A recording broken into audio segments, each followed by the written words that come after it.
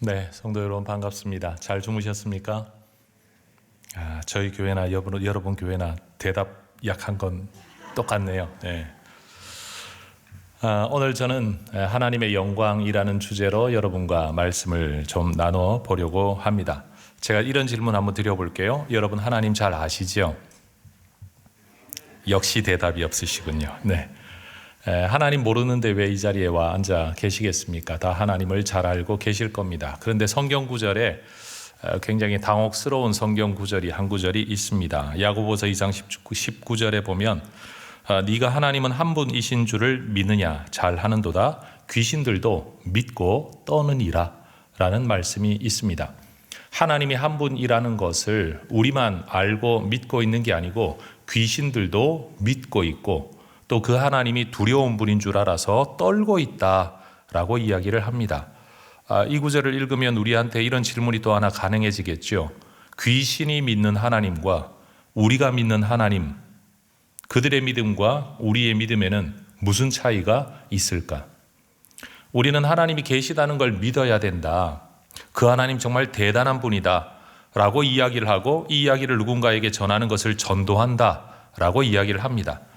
그런데 귀신은 이미 하나님이 한 분이라는 것을 알고 있고 믿고 있고 그분이 얼마나 대단한 분인가를 알고 떨고 있다라고 이야기를 하고 있다라는 거죠. 귀신들이 얼마나 하나님과 예수님에 대해서 잘 알고 있는가를 성경은 그렇게 이야기합니다. 누가복음 4장 41절에 귀신들이 쫓겨나가면서 당신은 하나님의 아들이십니다 라고 이야기를 합니다. 세상에 어떤 제자들도 어떤 사람들도 예수님의 본질에 대해서 이야기하지 않을 때 귀신들이 먼저 예수님을 하나님의 아들이라고 일종의 또 다른 커밍아웃을 시켜드리죠. 자기가 하는 게 아니라. 마가복음 1장 23절 4절에서도 귀신 들린 사람이 쫓겨나가면서 나는 당신이 누구인 줄 아노니 하나님의 거룩한 자이십니다 라고 이야기를 합니다. 이 거룩한 자라는 것은 윤리적 개념이 아니라 하나님이 특별하게 세우신 하나님의 아들로서의 거룩한 분이라는 의미를 가지고 있죠.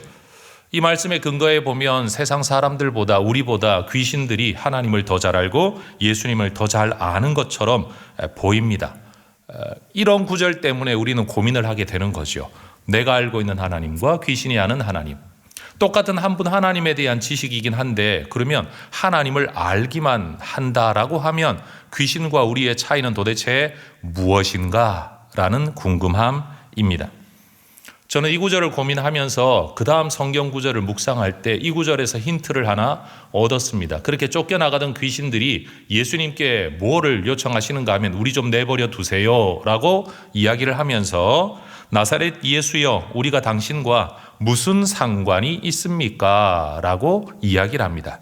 자, 한번 따라해 보십시다. 알고는 있지만 상관은 없었습니다. 다시요. 알고는 있었지만 상관은 없었습니다. 여러분 지금도 이 교회 바깥에 많은 사람들이 기독교인들이 뭘 믿는지 어떻게 신앙생활하는지 종교활동을 하는지 많은 사람들이 알고는 있습니다. 아는 분들이 제법 많아요. 또 교회를 다녀보셨던 분들도 상당히 많습니다.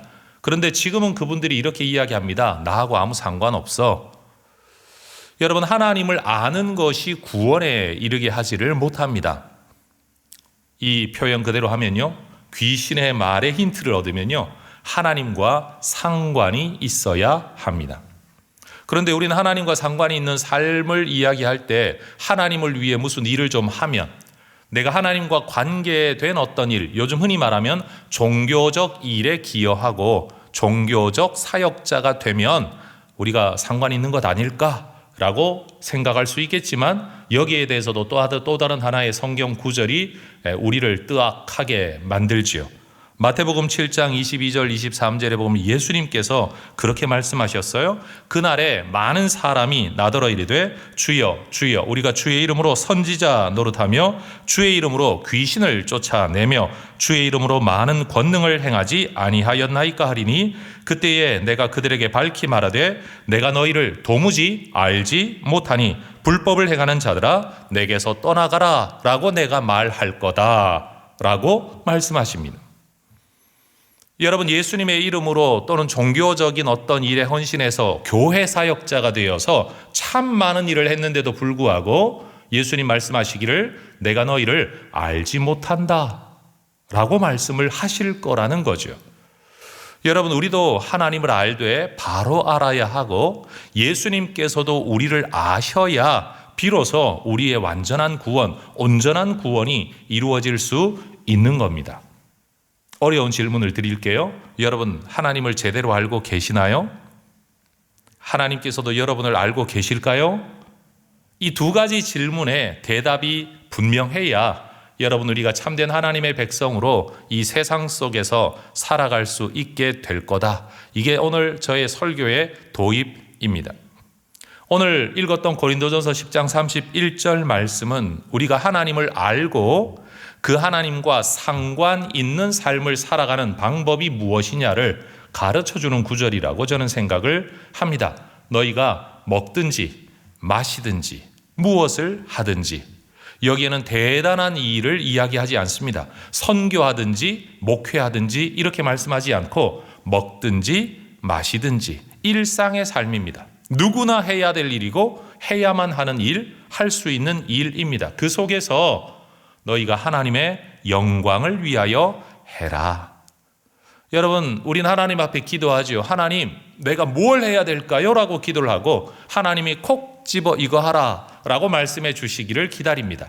심지어 결혼할 때도 그렇고요, 직장을 구할 때도 그리하고 학교를 지나가려고 할 때도 하나님 어디를 가야 될까요? 늘 우리는 그런 대답을 요구하는데 오늘 성경 구절에는 하나님께서 뭘 하는 건 네가 알아서 하고 무엇을 하든지 하나님의 영광을 위해 해라 라고 말씀을 하십니다. 그러니 우리가 기대하는 하나님의 응답, 이것 아니면 저것이라고 우리는 기대를 하는데 오히려 우리 하나님께서는 이것 또는 저것 무엇을 하더라도 너희들이 삶의 방향성을, 어제 제가 사용했던 키워드 단어 하나, 태도를 어떻게 가져가야 하느냐가 정말로 중요한 것이다.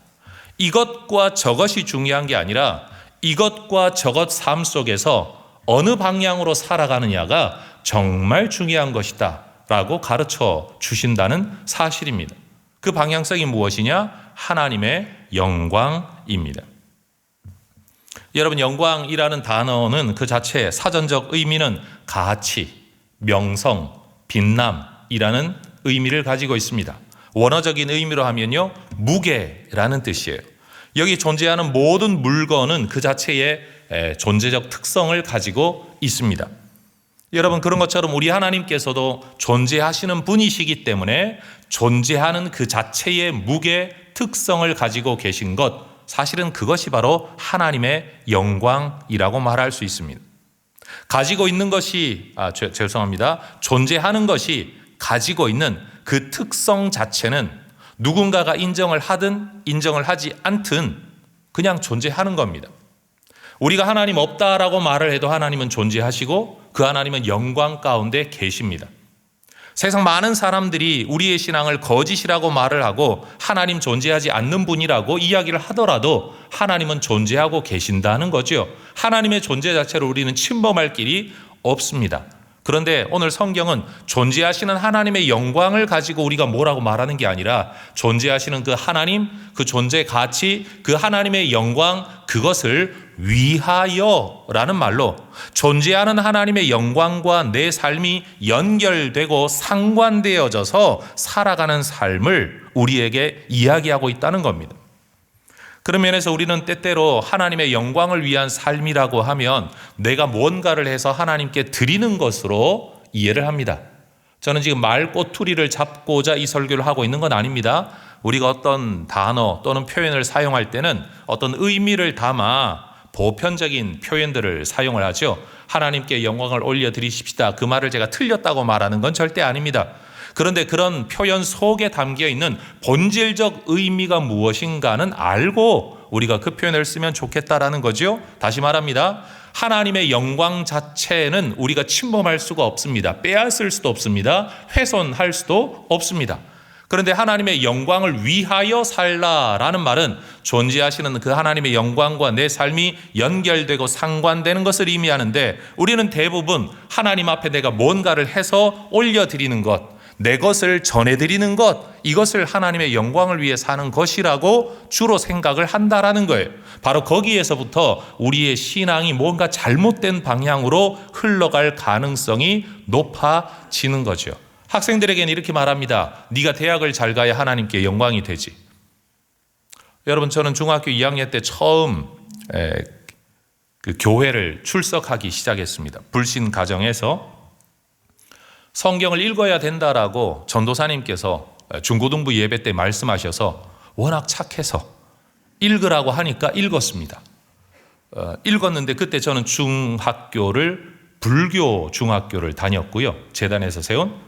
그리고 중학교 들어가자마자 담임 선생님께서 너 종교 있어 없어? 없어요. 성적도 괜찮고 성품도 괜찮고 종교는 없으니 너 불교 학생회를 가라. 한 반에 2명씩 차출을 해서 학생회로 보내는 게 아마 선생님들에게 과업이셨나 봐요. 그러니까 종교 없는 사람 중에 2를 뽑아 보내는데 그 중에 1명이었어요. 저는 불교 학생회 회원이었는데 전도를 받아 교회를 갔고, 교회를 가서 성경 읽으라고 해서 성경을 읽었어요. 그 중학교 2학년 한 해 동안 신약 성경을 7번을 읽었습니다. 좀 놀라주세요. 그 7번을 읽고 나니까 제 마음속에 생각이 달라지기 시작했습니다. 이해도 못하는 성경을 읽었을 뿐인데, 여러분 중학교 2학년 학생이 계시록을 읽으면 이해나 할 수 있을까요? 여러분 전혀 이해 못하는 성경임에도 불구하고 읽으라고 해서 읽었을 뿐인데 제 마음속에 어떤 생각이 드냐 하면, 말씀을 전하는 사람이 되어야 되겠다. 그게 제 마음속에 자리를 잡았어요.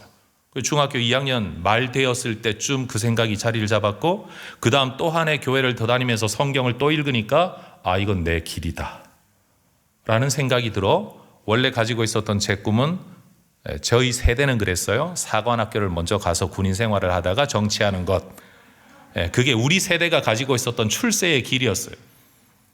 저희 아버님도 저에게 그것을 기대했었고, 주변 모든 사람들도 너는 그게 참 적성에 맞겠다. 제가 사관학교 못 간 꿈을 이루기 위해 훗날 군목을 가서 대위로 예편을 했습니다. 어쨌든 그 꿈을 가지고 살아가는데, 여러분 그렇게 중학교, 고등학교를 다니면서 나는 앞으로 말씀을 전하는 사람이 되어야 되겠다라고 꿈을 꾸고 살아가는데, 그러니 교회 생활을 열심히 할 수밖에 없죠. 왜? 내 삶의 미래의 현장이 교회이니까. 교회에서 정말 열심히 했습니다. 9시에 중고등부 예배가 있으면 7시부터 다른 친구들 불러 모아가지고 기도회를 인도하고, 그래서 불온 서클로 찍혀가지고요, 전도사님이 굉장히 혼이 나셨던, 지도하는 전도사님이 혼이 나셨던, 저는 기도했을 뿐인데, 성경 읽었을 뿐인데, 그렇게 열심히 하다가 보니까 학생회 회장도 하게 되었고, 교회를 열심히 섬기고, 그 교회가 건축하고 있는 중에 여러분 천정 꼭대기부터 옥상 꼭대기부터 지하까지 그 건물을 제가 다녀보지 않은 곳이 없을 만큼 사찰 집사님 이상으로 교회를 사랑하고 청소하고 돌보고, 그것이 제 기쁨이 되었던 삶을 살아가는데, 학생회 회장을 딱 마치니까 그때가 고등학교 2학년 11월 달이었습니다. 정기총회를 마친 그날 장로님이 찾아오셨어요. 학생회 부장 장로님께서, 명호야, 제 이름은 정명호입니다. 명호야, 네가 얼마나 교회를 열심히 섬기고 학생회를 열심히 섬기고 신앙생활 열심히 하는지 다 안다. 그런데 너 지금부터 공부 열심히 해서 대학을 잘 가야 하나님께 영광이 된다. 학생회 회장 출신들이 입시에 실패하고 그러면 안 된다. 특히나 니네 아버지 교회도 안 다니시는데 너 교회 미쳐서 돌아다닌다고 싫어하셨다는데 너 공부 열심히 해야 된다. 그러니 오늘부터는 그동안은 네가 학생회 회장으로 모범이 되느라고 주일 저녁 예배까지 참석을 했지만, 저 그렇게 살았었거든요. 오늘부터는 학생회 예배만 드리고 빨리 독서실을 가든지 집을 가든지 가서 공부를 해라. 제 머릿속에 혼란이 왔어요. 하나님의 영광을 위해 예배를 드리지 마라.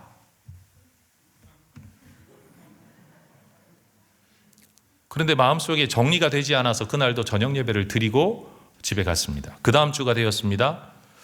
학교의 교사로 계시는 장로님, 중고등부 교사 하시는 또 다른 장로님께서 오셔서 명호야, 하나님의 영광을 위해 예배를 드리지 마라. 공부해라.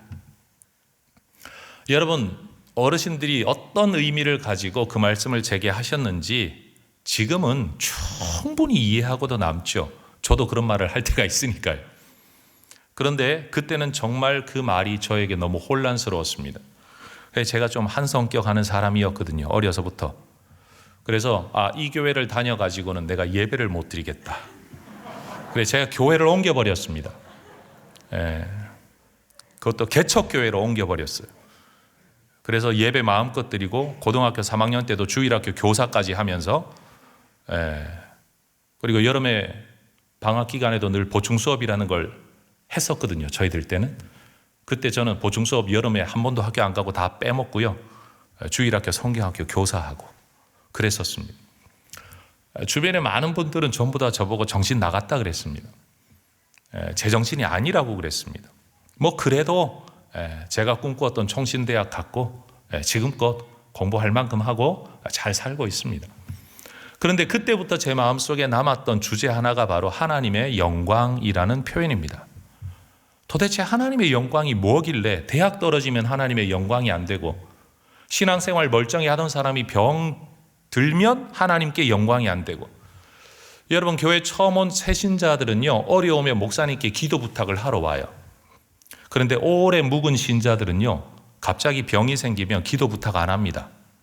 왜냐하면 내가 뭔가 잘못해서 이런 병이 걸렸다고 교회 안에서 수군거림이 일어나는 걸 그분들은 경험했었기 때문에 좋지 않은 일은 오히려 교회에서 드러내지 않고 살아야 된다는 무언의 상식이 교회 사람들 안에는 존재합니다. 새 가족들은 좋은 일이 있든 나쁜 일이 있든 뭐가 있든 목사님에게 찾아와서 이야기하고 기도받는데 오히려 장로님들이 기도받겠다고 오는 경우는 지금 사실 저희 교회도 별로 없고요. 더군다나 좋지 않은 일이 있으면 표현을 어떻게 하는가 하면 목사님 걱정하실까 봐 라는 말로 숨기고 아예 알려주지를 않습니다. 목사님이나 장로님들이 병에 걸리면 성도들이 말을 그렇게 합니다. 뭔 죄를 범했나? 하나님 영광 가리게. 목사가 건강을 잃어버려서 하나님 영광 가렸다. 교회에 좋지 않은 일이 있어서 하나님의 영광 가렸다. 이 말의 또 다른 표현이 뭔가 하면 은혜 되지 않게, 은혜 떨어지게, 교회가 은혜가 안 된다. 좋지 않은 일이 있으면 무조건 숨기고 가리려고 해요. 그래서 죄송한 표현이지만 가정에 의도치 않게 좀 장애가 있는 자녀가 태어나면요 아예 자기 교회를 데리고 오지 않는 그런 성도들도 있는 것을 제가 보았다라는 거죠. 그러니 우리 그리스도인들이 말하고 있는 이 하나님의 영광이라는 말은 표현은 참 신앙적인데 그 신앙을 표방하며 살아가는 삶의 모습을 보면 이건 굉장히 위선적이고 뭔가 앞뒤가 맞지 않는 모순적이라는 것을 여러분 저는 어려서부터 고민하면서 자라났어요. 총신대학이라는 신학과에 입학을 해서 목회자가 되겠다고 청소년 때부터 품었던 그 꿈, 그 길을 위해 한 길을 지금까지 달려오고 있는데 그 공부를 하면서도 제 마음속에는 도대체 하나님의 영광이 무엇이냐? 총신대학 들어가니까 칼빈주의 개론 배우는 데다 하나님의 영광, 채플만 하면 하나님의 영광. 여러분 신학교에서도 하나님의 영광이라는 말은 얼마나 많이 들리는데 재단 이사는 비리가 있고 교수님들도 문제가 있고 여러분 살아가는 학생들과 선배들을 봐도 문제가 있고 이게 정말 앞뒤가 맞지 않다. 도대체 진짜 하나님의 영광이 무엇일까? 저는 이 고민을 가지고 살았고 고민했고 공부했고 사실 오늘 설교는 설교하려고 정해놓은 구절이 아니라 제 인생에 고민하면서 찾아왔던 하나의 답을 여러분과 나누려고 지금 이 설교를 해나가고 있는 겁니다. 저는 찬양 인도자들이 이런 표현 잘 쓰죠. 박수로 하나님께 영광을 올려드리십시다. 그럼 박수는 일단 쳐요. 전 시키면 잘하는 사람이라서. 그런데 이 박수가 하나님하고 무슨 상관이 있을까? 일어나서 하나님께 찬양함으로 하나님께 영광을 올려드리십시다. 그럼 다리가 불편해서 앉아 계신 분들은 하나님께 영광이 안 되나? 누군가는 기뻐 뛰며 찬양하자. 그런 사람들은 성향적으로 그런 분들이 있잖아요. 근데 저 같은 성향 사람들은 노래로 별로 감동이 없는 사람들이거든요. 아니 말씀 조금 더 들으면 좋겠는데 왜 저렇게 춤을 추고 난리를 쳐? 좀 점잖게 찬송하면 안 되나? 여러분, 이런 생각을 가지고 있으니 그런 분들이 볼 때 저 같은 사람은 하나님께 영광을 전혀 올려드리지 못하는 사람일까? 라는 생각을 하게 된다라는 겁니다. 근데 여러분, 성경에 이런 구절이 있다는 거 아십니까? 요한복음 5장 41절인데요. 나는 사람에게서 영광을 취하지 아니하노라. 취한다는 말을 영어로 하면 receive라는 단어입니다. 나는 사람한테 영광 받지 않아. 예수님이 그렇게 말씀하셨어요. 아니, 우리는 무슨 일이 있든지 하나님께 영광을 드려야 된다고 이야기하는데 정작 예수님은 나는 사람으로부터 영광을 받지 않아 라고 말씀하고 있는 이 모순을 우리는 또 어떻게 해석을 해야 되느냐라는 거예요.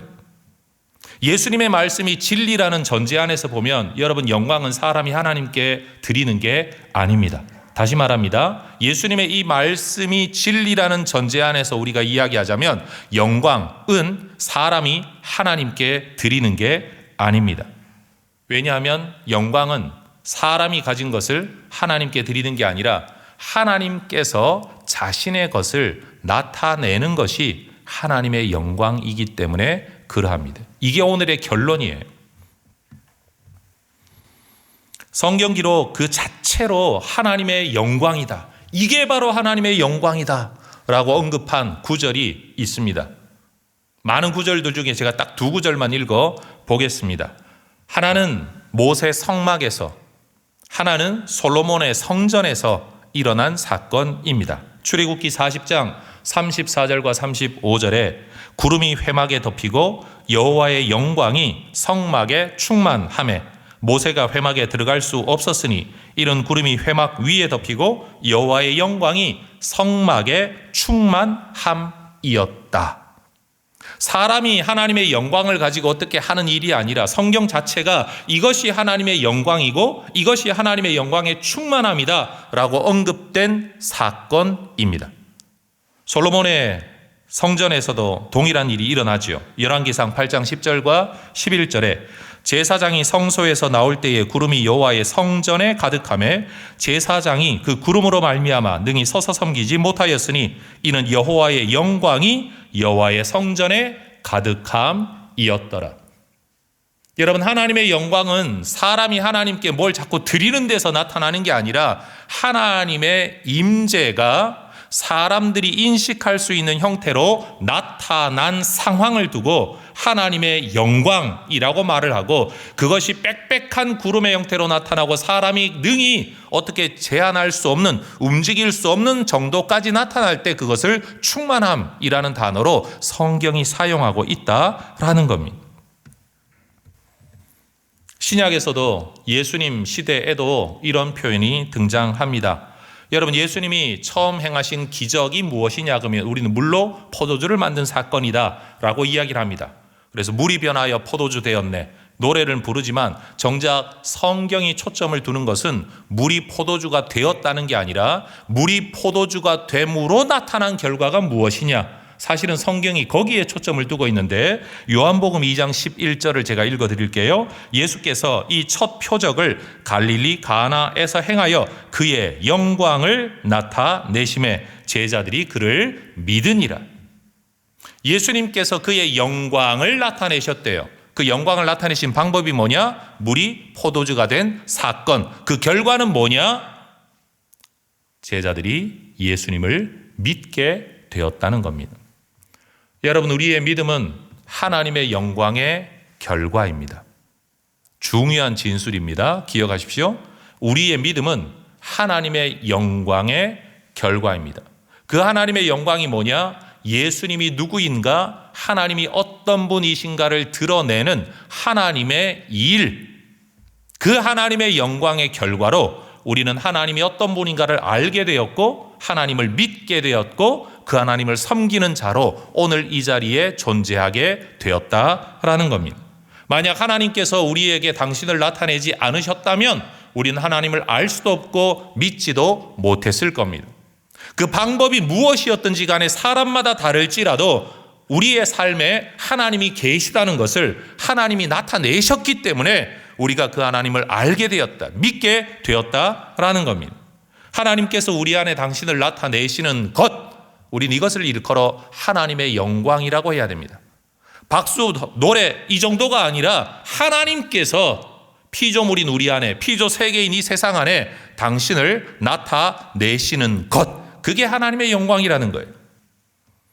날 때부터 시각장애를 가졌던 한 자녀를 둔, 그리고 그 상황에서 제자들의 질문에 대하여 예수님께서 하신 말씀이 있습니다. 요한복음 9장 3절에 예수께서 대답하시되 이 사람이나 그 부모의 죄로 인한 것이 아니라 그에게서 하나님이 하시는 일을 나타내고자 하심이라. 태어날 때부터 장애가 있다라는 것은 유대인들의 사고방식, 한국 사람들의 사고방식하고 비슷한 것 같아요. 저주받은 사람, 저주는 왜 받느냐? 죄 때문에 받는 것. 그러면 누군가의 죄 때문에 이런 현상이 나타났을 텐데 과연 누구 죄입니까? 제자들이 질문하는 거죠. 태어날 때부터 시각장애가 있다라고 만약에 한다면, 아니 뱃속에서 그 사람이 죄를 지은 겁니까? 아니면 부모 죄 때문에 아이가 그렇게 된 겁니까? 라고 제자들이 예수님께 물었다는 거예요. 그들의 사고방식 안에서, 그들의 가치관 안에서. 예수님을 따라다니는 제자들이라고 할지라도 그들 역시 시대적 사고방식의 사람들일 뿐이었습니다. 우리가 시대의 아들들이라는 표현을 쓰지만 여러분, 우리도 아무리 예수를 믿고 살아도 우리가 살아왔던 유교적, 불교적, 샤머니즘적 이런 문화를 여러분 우리가 완전히 떨쳐버릴 수는 없는 것 아니겠습니까? 여러분, 그래서 교회 안에서도요, 제가 어느 날 축도한다고 손을 번쩍 들고, 여러분 축도를 했어요? 어떤 분이요, 화면에 나오는 제 손을 보고 목사님 손금이 좋으시던데요? 라고 이야기를 하더라고요. 아니 축도할 때 그냥 머리 숙여 기도나 하지 뭐 남의 손금을 보고. 손금 특이하지 않습니까? 일자입니다. 예.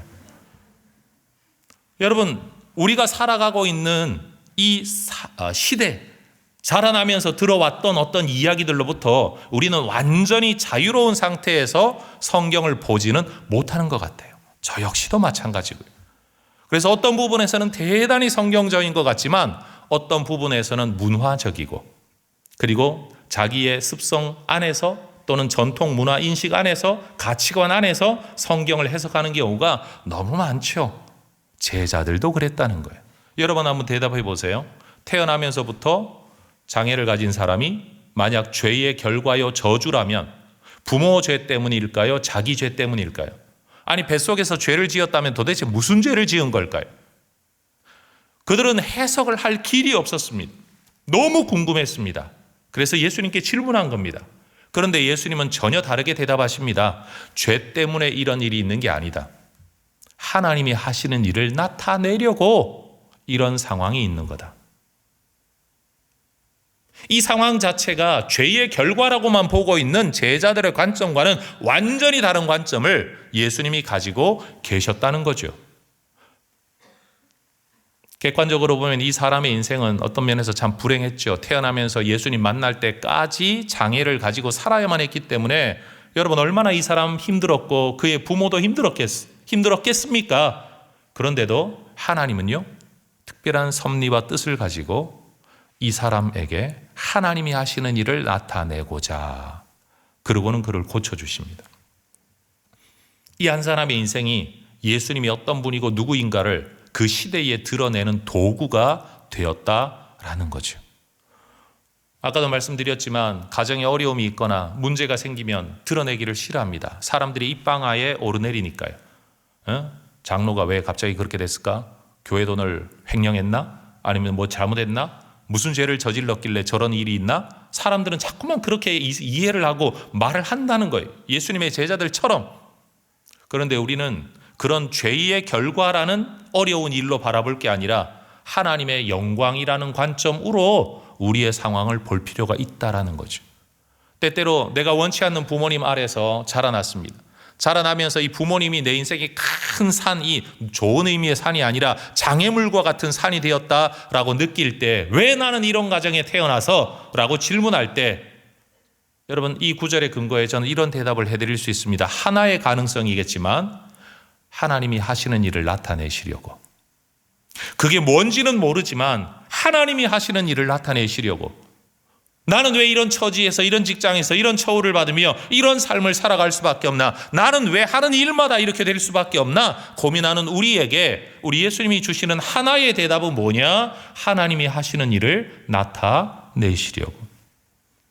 심지어 병든 나사로가 죽게 되었다는 연락을 받았을 때 예수님께서는요, 즉각 신방가지 않으셨습니다.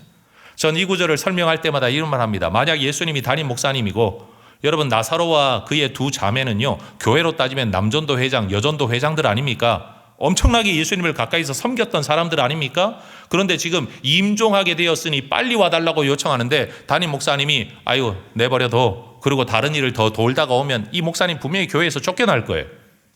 만약 예수님처럼 사역을 했다면 분명히 쫓겨날 거예요. 근데 예수님이 그 이야기를 듣고 뭐라고 말씀하시는가 하면 요한복음 11장 4절에서 예수께서 들으시고 이르시되 이 병은 죽을 병이 아니라 하나님의 영광을 위함이요 하나님의 아들이 이로 말미암아 영광을 받게 하려 함이라. 사람들은 이 말씀이 무슨 뜻인지 전혀 이해를 못했습니다. 그런데 예수님은 이미 나사로의 이 병이 어떤 의미를 가진 병인가를 알고 계셨고 죽게 되었다라고 말을 할 때 죽을 것도 알고 계셨습니다. 그러나 이 일을 통해 이루실 하나님의 계획을 예수님은 이미 다 알고 계셨다라는 거죠. 여러분, 우리는 병들면 하나님 영광 안 된다, 죽으면 하나님 영광 안 된다, 실패하면 하나님 영광 안 된다라고 생각을 하는데 오히려 예수님께서는 장애를 가진 사람도 하나님의 영광을 위하여, 죽게 되어도 하나님의 영광을 위하여 라는 관점을 가지고 계시다는 거예요. 그러니 저는 오늘 설교하면서 꼭 강조하고 싶은 게 뭐든지 성공하고 출세하고 잘되고 세상적으로 박수받을 만한 일이 되어야만 하나님의 영광이 된다는 이 사고방식에서 우리가 벗어나야 된다는 거예요. 얼마나 세속적이냐는 거죠. 얼마나 그것이 물질주의적이냐는 거예요. 결국은 내가 하고 싶은 대로 성공하는 삶을 위해 하나님의 이름을 끌어다 대는 것밖에 되지 않는다라는 거죠. 용어는 성경적이지만 의미는 굉장히 만몬적인 비신앙적인 사고방식을 가지고 우리가 살아간다는 거예요. 지금도 학생들이 여러분 수능 쳐놓고 결과 기다리고 뭐 그런 때 아닙니까? 이 교회에 계신 성도 여러분 집에 가서 하나님 영광 들먹이면서 애들 괜히 상처 입히지 않으시기를 주의 이름으로 축원합니다. 야, 결혼하고 애 낳고 뭐 좋은 일이 있어야 하나님 영광 되지 않느냐? 여러분이 원하는 일을 위해 하나님의 영광을 팔아먹지 않는 여러분 되시기를 먼저 주의 이름으로 축복합니다.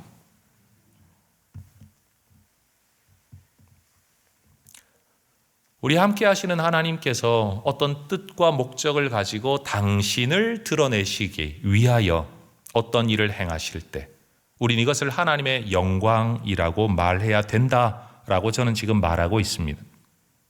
그렇다면요, 예수님이야말로 하나님의 영광의 극치이다 라고 말해야 될 겁니다.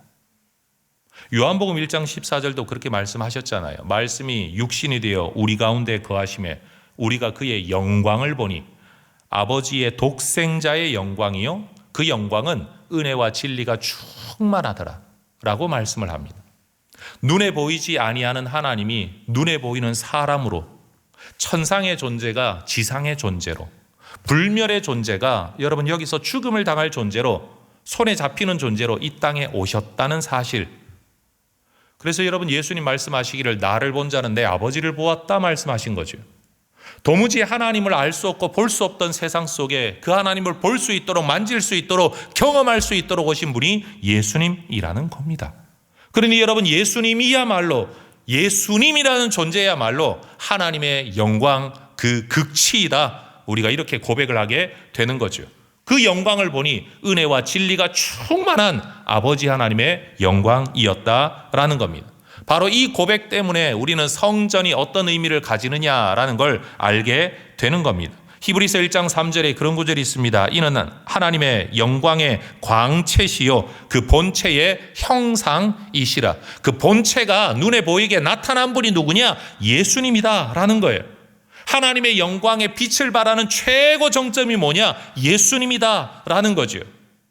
여러분, 우리 예수님께서 바로 하나님의 영광 그 자체이신 줄로 믿습니다.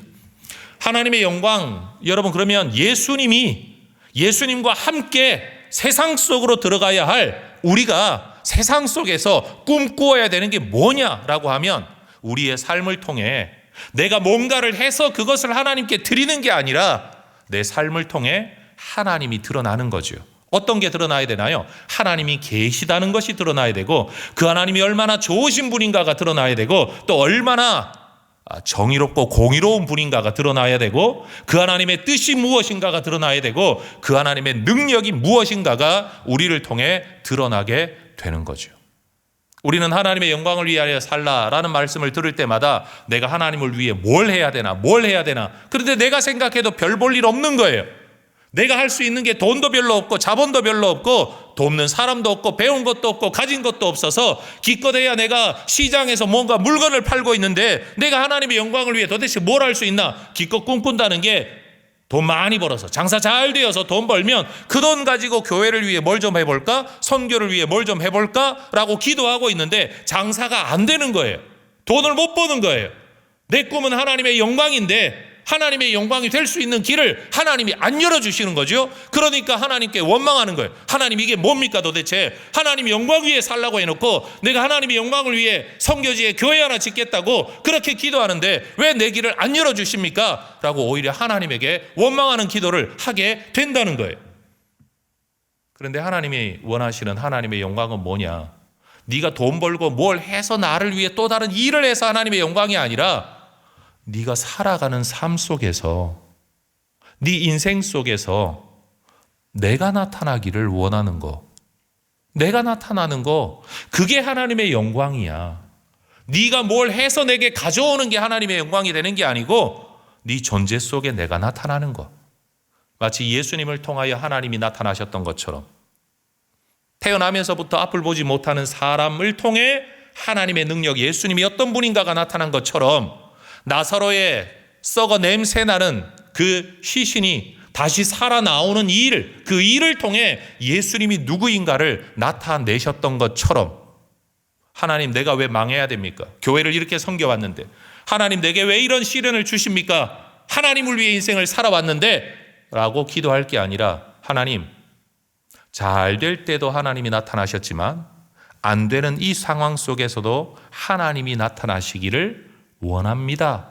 사실 우리가 해야 될 기도가 그 기도이고 그 모습이 바로 하나님의 영광을 위해 살아가는 모습이라는 거죠.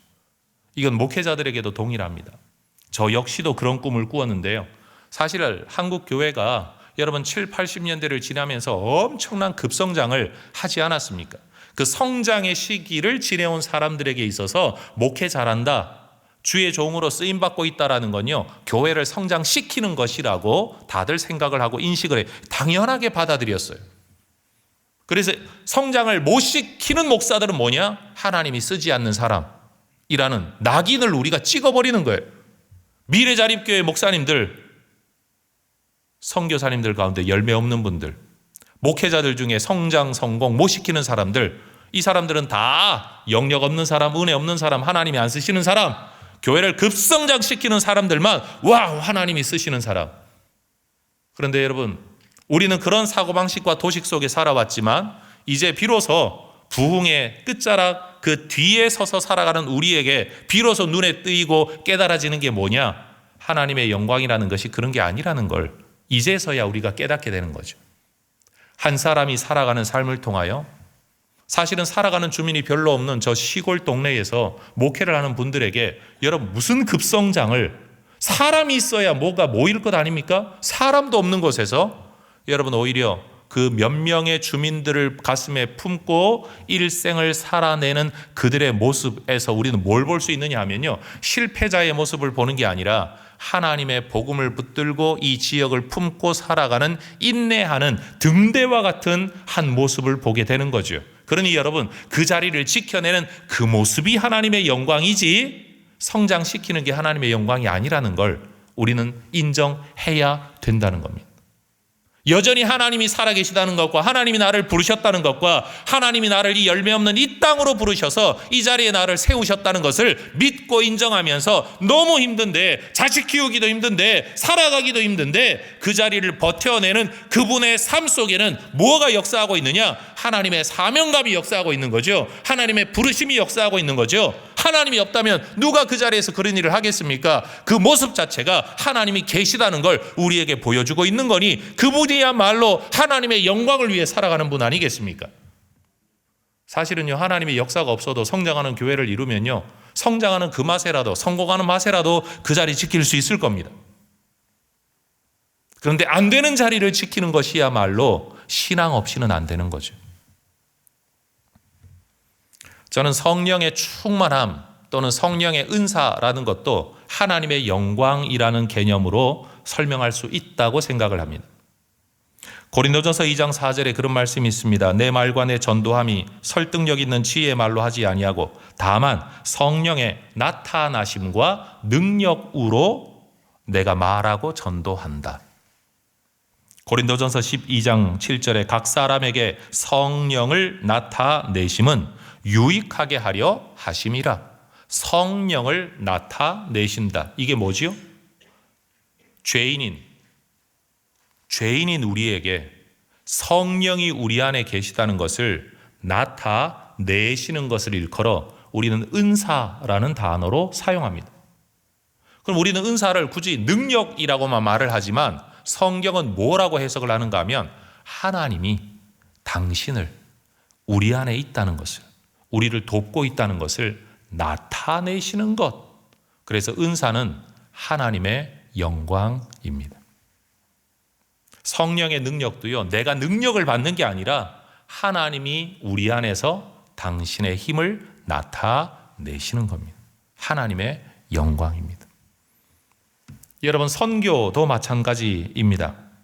이사야 49장 3절의 말씀을 보면 내게 이르시되 너는 나의 종이요 내 영광을 너의 속에 나타낼 이스라엘이라. 하나님이 이스라엘을 왜 부르셨느냐 하면요, 내 영광을 너를 통해 나타내려고 불렀어. 내가 너를 통해 내가 있다는 걸 나타내려고. 사람들은 말합니다. 이스라엘 신을 믿고, 야, 대한민국 사람들이 한민족의 신을 섬겨야지 왜 남의 신을 수입해다 믿고 있냐?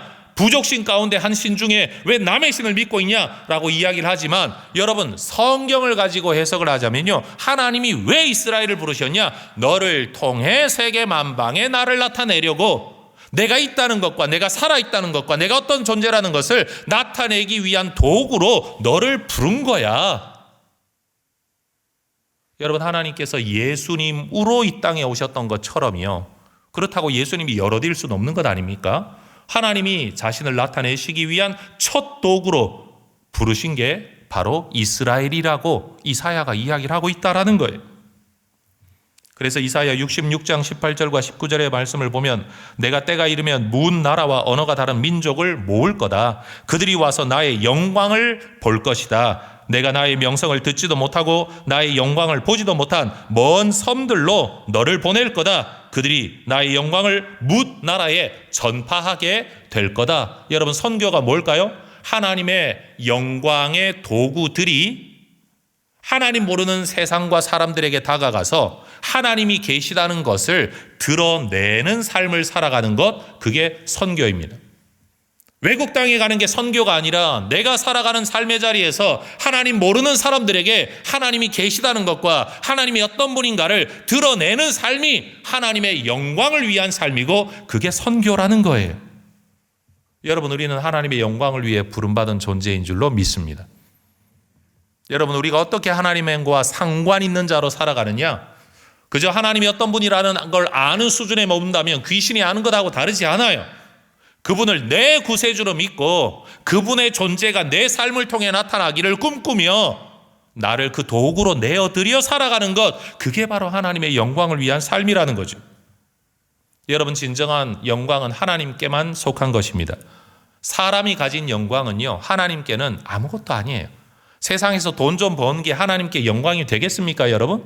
우리가 좀 건강하다고 해봐야 어차피 죽을 인생인데 그게 하나님께 무슨 영광이 되겠습니까? 건물을 도대체 어느 정도로 지으면 하나님께 영광이 되는 걸까요? 어느 정도 공부하고 어느 정도 똑똑하고 어느 정도 출세하면 하나님께 영광이 되는 걸까요? 여러분, 그건 하나님하고 별 상관없어요. 하나님 다 무가치하게 보시는 것들이에요. 그러니 오늘 고린도전서 10장 31절의 말씀, 너희가 먹든지 마시든지 무엇을 하든지 하나님의 영광을 위해 해라 라는 말은 하나님과 상관 있는 자가 되어 하나님이 나를 통해 이 땅에 나타나시는. 그런데 여러분, 교회 안에서는 이미 우리가 하나님의 영광을 보고 있습니다. 하나님이 정말 한 사람 한 사람 속에 당신이 살아계시다는 걸 나타내셨구나. 그 사람들이 모여서 이 하나님을 찬양하고 있으니 우리 속에 이미 하나님을 고백하고 찬양하고 예배하고 있다는 자체, 이 사실 자체가 하나님의 영광인 줄로 믿습니다. 그리고 우리의 삶 속에서 내 방식대로 살던 사람이 어느 날 말씀의 깨달음을 받고 성령의 감동을 받아 하나님의 말씀을 따라 살아감으로써 이것이 삶의 길이고 행복의 길이고 이것이 평안의 길인 줄 알고 삶의 전환, 우리가 흔히 말하는 회개가 일어나면 그것도 하나님의 영광인 줄로 믿습니다. 동시에 우리가 삶의 자리에서 세상 사람들 모두가 이 땅의 것만 추구하며 살아가고 있을 때 표면적으로는 똑같은 일을 하는 것 같지만 내 삶의 방향성, 목적, 태도가 나는 지금 이 일을 하고 있지만 이 일을 통해 하나님이 살아계시다는 게 드러나도록. 그래서 저는 우리 교회에서는 이렇게 가르칩니다. 한번 따라해 보시겠습니까? 하나님의 존재, 성품, 의지, 능력이 나타나는 것이에요. 하나님의 영광이 뭐냐? 내 삶을 통해 하나님이 살아계시다는 게 나타나고 그분이 어떤 분이라는 게 나타나고 그분의 뜻이 무엇인가가 나타나고 그분의 능력이 어떠한가가 나타나는 것, 우리는 이것을 위해 살아가는 것이 바로 하나님의 영광을 위한 삶이다라는 거죠. 그러니 성도 여러분, 우리의 삶이 하나님의 영광의 도구가 될 수 있기를 축복합니다. 뭔가를 해서 하나님께 영광 드리겠다 이 생각이 아니라 하나님께서 당신을 나타내시는 도구로 내 인격, 삶을 사용하시기를. 능력받아 뭘 하겠다가 아니라 그저 누군가를 위해 기도해주고 사랑해주고 섬겨줄 때 하나님의 사랑이, 능력이 그에게 나타나기를. 여러분, 그것이 바로 하나님의 영광을 위한 삶입니다. 어떤 누군가가 가정을 해봐요. 정말 좋지 않은 일이 있어요. 세상적으로 보자면 저렇게 살 바에야 죽는 게 낫겠다. 사람들이 너무 막 하는 말 가운데 그런 말이 있잖아요. 저렇게 사느니 죽는 게 낫겠다라고 말할 만큼 너무 비참한 처지인데 그 사람이 하나님을 믿는다는 이유 하나만으로 여전히 소망을 가지고 기뻐하며 여러분 그렇게 살아간다라고 한번 가정을 해보십시다. 그 삶이 바로 하나님의 영광입니다. 믿음 때문에, 하나님 때문에. 다른 사람 같으면 삶을 포기해야 될 상황인데 그 믿음을 가지고 삶을 살아내는, 왜? 하나님이 내게 생명을 주셨고 여기에도 하나님의 뜻이 있을 것이고 여기에도 하나님께서 뭔가 하려고 하는 일이 있을 거야. 그러니 나는 견뎌내고 버텨낼 거야. 하나님 나와 함께 하셔. 하나님 이런 형편에서도 나를 살려주시고 나를 붙들고 힘주시는 분이야. 여러분, 이렇게 살아가는 모습을 보면 그 자체가 하나님의 영광이라는 거예요. 하나님이 없으면 어떻게 그렇게 살아가겠냐는 거죠. 그러니 여러분, 오늘 우리의 삶 속에서 주님 붙들고 살아내시면서 직장 가서 내가 정말 벌어먹고 살려니 여기서 일하지, 내가 진작 이 직장을 집어쳤어야 되는데, 여러분 돈 좀 더 벌고 대우 좀 더 받는 직장을 추구할 게 아니라 하나님이 나를 여기에 보내셨다. 하나님의 주권적 섭리 가운데. 그러면 이 삶의 자리에서 내가 만나는 사람들과 내가 행하는 일들 속에서 어떻게 하나님이 나타나실 수 있을까를 생각해야 되지, 죽게 되었다, 이거 빨리 안 살려주시면 안 된다, 빨리 좋은 직장 옮겨달라. 여러분, 이런 사고방식이 이미 세속적 사고방식이라는 것을 우리는 알게 되는 거죠. 물론 때가 되면 하나님이 옮기실 수도 있습니다. 사람들 모두가 좋아하는 일로 우리에게 은혜를 나타내시고 영광을 나타내실 수도 있습니다만 그러지 않을 수도 있다는 것을 여러분 인정해야 되지 않겠습니까? 말씀을 맺겠습니다. 여러분, 출애굽기라는 영어 성경 이름은 엑소더스인데요. 영어 단어가 아닙니다. 엑스, 무엇 바깥으로, 호도스, 길이라는 헬라어 단어가 음력되어져 가지고 엑소더스가 합해져서 엑소더스가 되어서 아예 영어 단어가 되어버린, 여러분 출애굽기가 영어 단어 엑소더스인데 엑소더스의 원뜻은 다른 길이에요. 다른 길, 길 바깥으로 또는 다른 길. 저는 우리 한국교회와 저와 여러분이 다른 길을, 예수 모를 때와 예수 알 때 다른 길을 걸어가는 하나님의 사람들 되실 수 있기를 축복하고요. 특별히 오늘 이 설교를 듣고 난 이후에 우리의 삶이 다른 길을 갈 수 있으면 좋겠어요.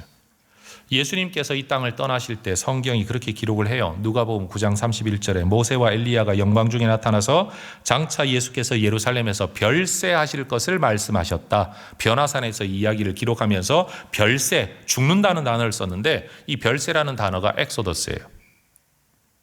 예수님께서 이 땅을 사시면서 자신이 누구인가를 계속 보여주시는 3년의 삶을 사셨잖아요. 그러다가 이제 십자가를 지는 다른 길을 가신다는 거예요. 다른 길. 그런데 여러분, 기적을 나타내고 능력을 나타내는 길을 오셨던 예수님이 이제는 십자가를 지는 길로 가셨는데, 하나는 대단한 영광 아닙니까? 하나는 대단한 비참함 아닙니까? 실패의 모습이잖아요.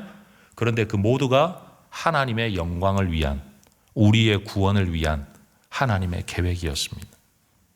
우리를 통해 기적을 이루실 때도 하나님의 영광이지만 우리를 십자가 지게 하실 때도 하나님의 영광이 될 수 있습니다. 여러분, 우리 모두 이 엑소더스의 길을 걸어가시기를 주의 이름으로 축원합니다. 여러분, 교회 성장, 부흥, 하나님 얼마나 기뻐하시겠습니까? 사도행전적 교회의 표상이지요. 그러나 여러분, 핍박받는 성도들이 그 안에서 믿음을 지킬 때도 우리 하나님은 그들을 칭찬하셨고요. 그들을 참 기뻐하셨습니다. 그러니 결과를 가지고 논하지 말고 항상 하나님의 영광을 꿈꾸며 살아가는 우리의 삶의 방향성과 태도를 가지고 여러분, 하나님께 인정받는 우리 모두가 될 수 있기를 주의 이름으로 축원합니다. 기도하겠습니다. 하나님, 이 시간 기도합니다. 우리만 모여서 하나님을 위해 어떤 일을 하는 것이 아니라 우리 가운데 하나님을 나타내시는 것이 하나님의 영광이라 가르쳐 주셨으니 이 시간 기도합니다. 연약한 우리의 육체 가운데 하나님의 생명의 능력이 나타나서 오늘 이 설교를 듣고 있는 이 시간 기도하고 있는 성도들 가운데 병의 치유가 일어남으로써 하나님의 능력이 나타나기를 소망합니다. 그러므로 하나님의 영광 드러내기를 소망합니다. 문제 가운데 있는데 내가 풀 수 없는데 해결할 수 없는데 우리 하나님께서 역사하셔서 하나님의 살아계심과 은혜 베푸심이 나타나는 하나님의 영광을 꿈꾸며 기도합니다. 허락해 주시옵소서.